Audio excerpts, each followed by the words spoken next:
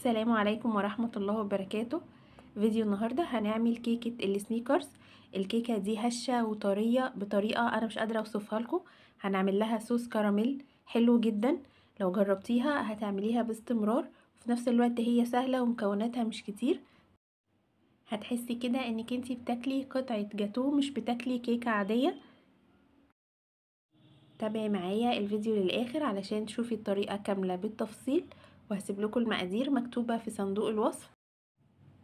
بصوا شايفين شكلها من جوه، يعني انا مش قادره اوصف هي قد ايه هشه وطريه وطعمها غني جدا مع طعم صوص الكراميل اللي احنا عاملينه مع السوداني. بقى تحسي انك انتي فعلا بتاكلي سنيكرز. يلا بينا نبدا. عندي نص كوبايه من الزيت، حطيت عليها كوبايه من الميه، حطيت الخليط ده على النار لحد ما يغلي. انا مش عايزاه يسخن، انا عايزاه يغلي. في الوقت ده جبت بيضتين، حطيت عليهم كوبايه ونص سكر، وحطيت عليهم نص معلقه صغيره من الفانيليا.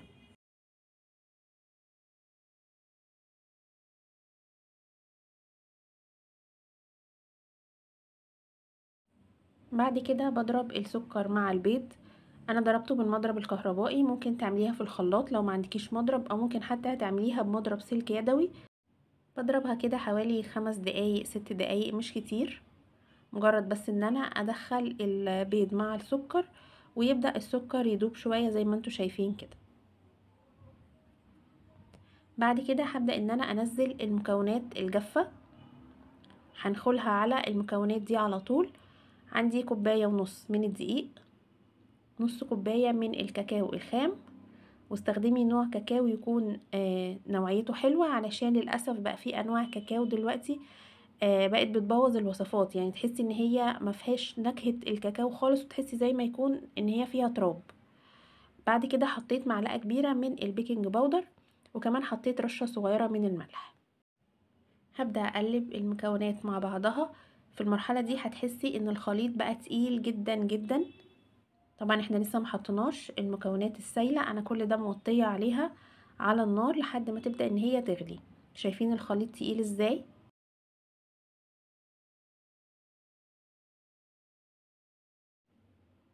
هنا بقى خلاص المية والزيت كانوا غلوا كويس على النار، هنزلهم على الخليط اللي قبل كده، وهبدأ ان انا اقلب المكونات مع بعضها. هلاقيها هتندمج والقوام ظبط معايا وبقى حلو جدا. بقلب كده الاول بالراحة طبعا علشان الزيت والمية سخنين جدا. بعد كده القوام بيبدأ ان هو يتجانس ويختلط معايا بمنتهى السهولة. كده تمام قوي، ده كده القوام المظبوط بتاع الكيكة، وكده الخليط جاهز عندي. بجيب بقى اي صينية عندي او بايركس اللي انتي هتعملي فيها الكيكة، بس انا فضلت ان انا اعملها في بايركس عشان تكون شكلها حلو، لان انا مش هخرجها من الصينية، يعني هقدمها بالصينية بتاعتها. دهنتها كده دهنة كويسة قوي بالسمنة او بالزيت او بالزبدة. بعد كده فضيت فيها الخليط بتاع الكيكة،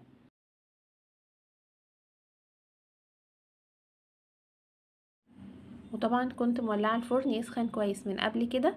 دخلتها على درجة حرارة 180 على الرف اللي في النص، فرن سخن، قعدت حوالي تلت ساعة. وده كده شكلها اول ما خرجت من الفرن. انا مش عارفة اوصف لكم هي قد ايه هشة وطرية. بعد كده جبت كوباية من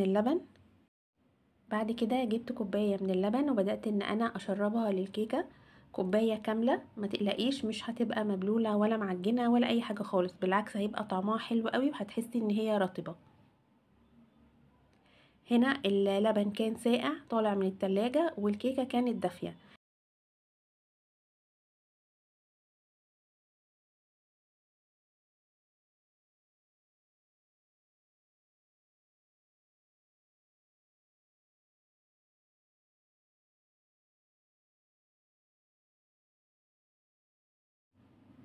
هسيبها بقى دلوقتي وهروح اجهز صوص الكراميل.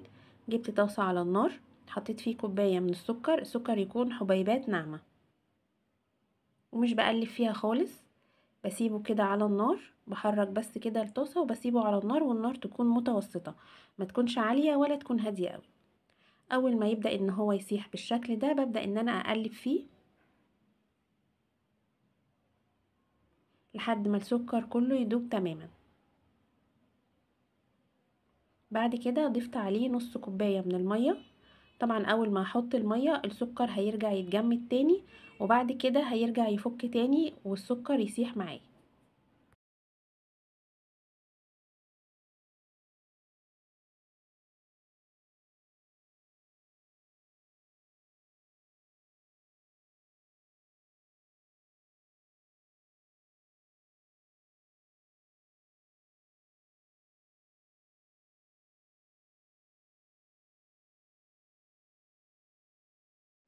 استنيت لحد ما السكر كله داب تاني، وجبت كوباية من اللبن مدوبة فيها معلقة كبيرة مليانة من النشا، ونزلتها على خليط الكراميل، وهبدأ بقى اقلب باستمرار لحد ما الخليط يتقل معايا والصوص يبقى قوامه مظبوط.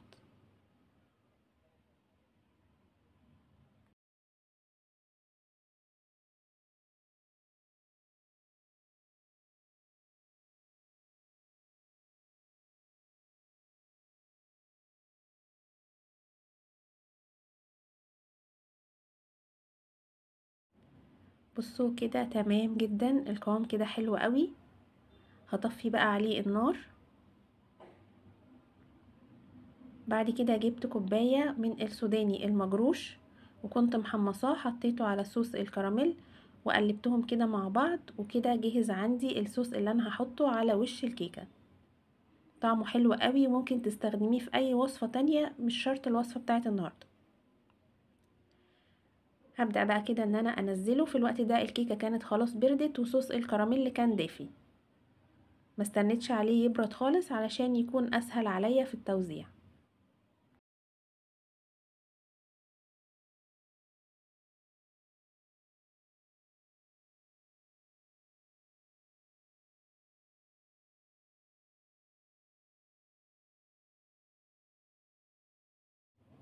اخر خطوة بقى ودي اختياري، جبت قطع صغيرة من الشوكولاتة الخام، حطيت عليها حوالي معلقة من اللبن، سيحتهم مع بعض في الميكروويف، بقى عندي صوص شوكولاتة كده. حطيته في كيس وعملت فيه فتحة صغيرة، وعملت خطوط كده على وش الكيكة علشان تديني شكل حلو، وكمان هتدي طعم حلو.